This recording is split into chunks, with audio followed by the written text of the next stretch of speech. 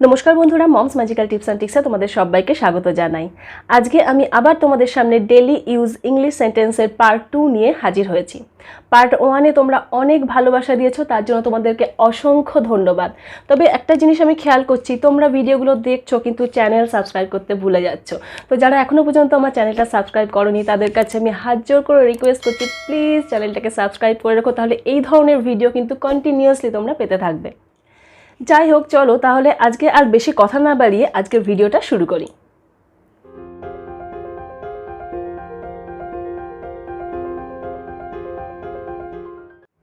প্রথমেই বলি, পার্ট 1-এর ভিডিওটা যারা দেখোনি তারা কাইন্ডলি নিচের ডেসক্রিপশন বক্সের লিঙ্ক থেকে অথবা উপরে আই বাটন থেকে ভিডিওটা দেখে নিও। তোমাদের আশা করছি ভীষণ ভালো লাগবে। আর আজকে যে সেকেন্ড পার্টটা আমি করতে চলেছি, এই সেকেন্ড পার্টে কিন্তু তোমরা যে সেন্টেন্সগুলো পাবে সেগুলো তোমাদের জন্য নয়, সেগুলো তোমাদের বাচ্চাদের জন্য।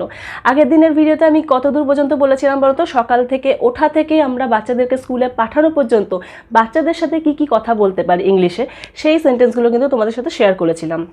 আর আজকের ভিডিওতে আমি যে সেন্টেন্সগুলো তোমাদের সাথে শেয়ার করব সেগুলো কিন্তু তোমাদেরকে বাচ্চাদেরকে ভালো করে শেখাতে হবে, যেগুলো তারা স্কুলে গিয়ে অ্যাপ্লাই করতে পারবে এবং যেগুলোর মাধ্যমে তারা স্কুলে গিয়ে টিচারদের সাথে ইন্টারঅ্যাক্ট করতে পারবে।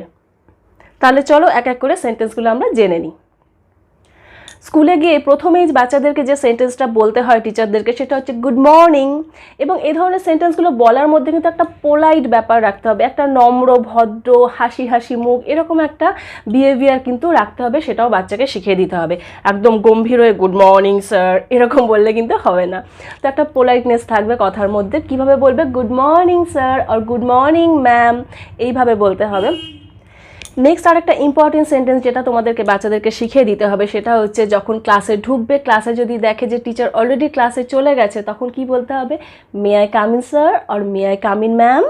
এইভাবে একদম সুন্দর করে মিষ্টি করে বলতে হবে। এবং টিচার যখন বলবেন yes of course you may come in, তখন অবশ্যই কিন্তু টিচারকে উল্টে কি বলতে হবে? থ্যাংক ইউ স্যার আর থ্যাংক ইউ ম্যাম।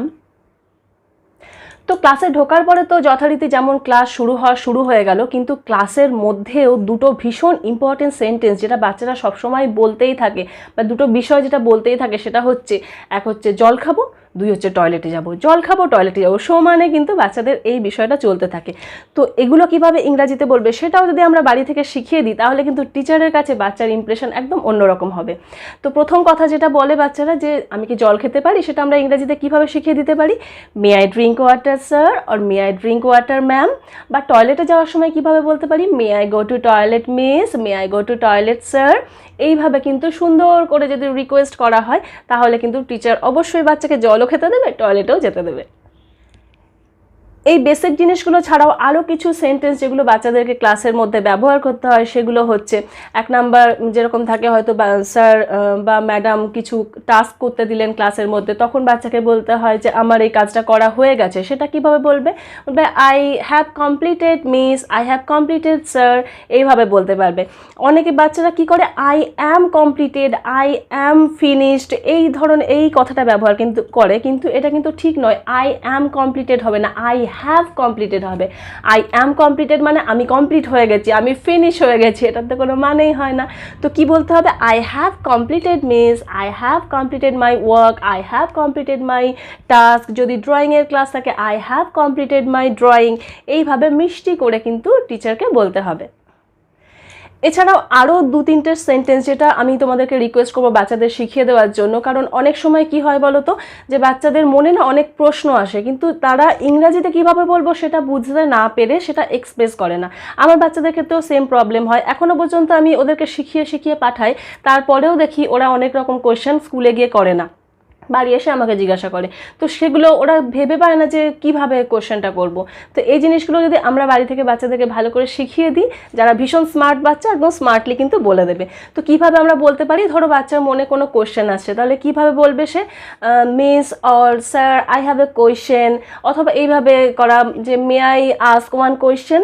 বা এরকমও অনেক সময় হয় যে কোশ্চেনটা সে ইংরাজিতে এক্সপ্রেস করতে পারছে না, কোশ্চেনটা তো বলতে হবে ইংরাজিতে, তো সেটা বলতে পারছে না, কিন্তু বাংলায় বলতে চাই, যে কোশ্চেনটা জানতে চাই যে এটা কি হবে এইভাবে। তো সেক্ষেত্রে এরকমভাবেও বাচ্চা জিজ্ঞাসা করতে পারে, মে I ask one question in Bengali, আমি কি বাংলায় কোনো প্রশ্ন করতে পারি বা বাংলায় এই প্রশ্নটা করতে পারি, এইভাবেও যদি জিজ্ঞাসা করে তাতেও কিন্তু টিচারের কাছে কিন্তু বাচ্চার ইমপ্রেশন ভীষণ ভালো হয়, কারণ বাচ্চার জানার ইন্টারেস্ট আছে, এটা কিন্তু টিচার বুঝতে পারেন। বা অনেক সময় এরকমও হয় টিচার হয়তো কিছু বলছেন, বাচ্চা বুঝতে পারলো না, সেক্ষেত্রে এইভাবে বাচ্চা জিজ্ঞাসা করতে পারে যে sir or madam will you please repeat this, আপনি কি একবার এটা রিপিট করবেন আর একবার বলবেন।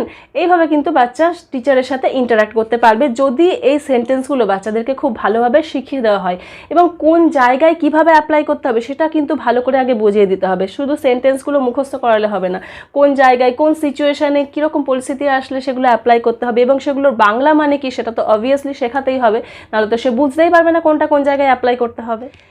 ইংলিশ মিডিয়াম স্কুলগুলোতে বেশিরভাগ ক্ষেত্রে দেখা যায় কি পুরো কনভারসেশনগুলোই ইংলিশে করা হয়, ইংলিশে বাচ্চাদের সাথে কথা বলা হয় বা তা বাচ্চাদেরকেও বলতে বলা হয়। তো এক্ষেত্রে অনেক সময় দেখা যায় যে বাচ্চা কোনো কিছু মানে হয়তো বুঝতে পারলো না, তো সেক্ষেত্রে বাচ্চা কীভাবে টিচারকে জিজ্ঞাসা করতে পারে, একদম সিম্পলভাবে জিজ্ঞাসা করবে what is the meaning of this, যে কোনো হয়তো কোনো ওয়ার্ডের মানে বুঝতে পারছে না বা বোর্ডে কিছু লেখা আছে সেটা বুঝতে পারছে না, সেক্ষেত্রে কিন্তু বাচ্চাকে এইভাবে বলতে হবে what is the meaning of this ma'am or what is the meaning of this sir. এইভাবে কিন্তু বাচ্চা ইন্টারাক্ট করতে পারে টিচারের সাথে। তো এগুলো হচ্ছে বেসিক কিছু কথা, বেসিক কিছু সেন্টেন্স যেগুলো বাচ্চাদের কিন্তু ভীষণভাবে প্রয়োজন হয় স্কুলে গিয়ে টিচারদের সাথে ইন্টারাক্ট করার জন্য।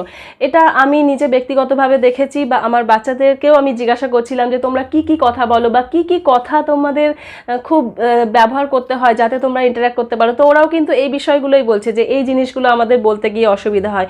তো সমস্ত কিছু এক জায়গায় করেই কিন্তু আজকে আমি ভিডিওটার মাধ্যমে তোমাদের সাথে শেয়ার করলাম যে কোন কোন সেন্টেন্সগুলো তোমরা যদি বাচ্চাদেরকে খুব ভালোভাবে শিখিয়ে রাখতে পারো তাহলে বাচ্চারা খুব সহজে স্কুলে গিয়ে টিচারদের সাথে, ফ্রেন্ডসদের সাথে, সবার সাথে সুন্দরভাবে ইন্টারাক্ট করতে পারবে।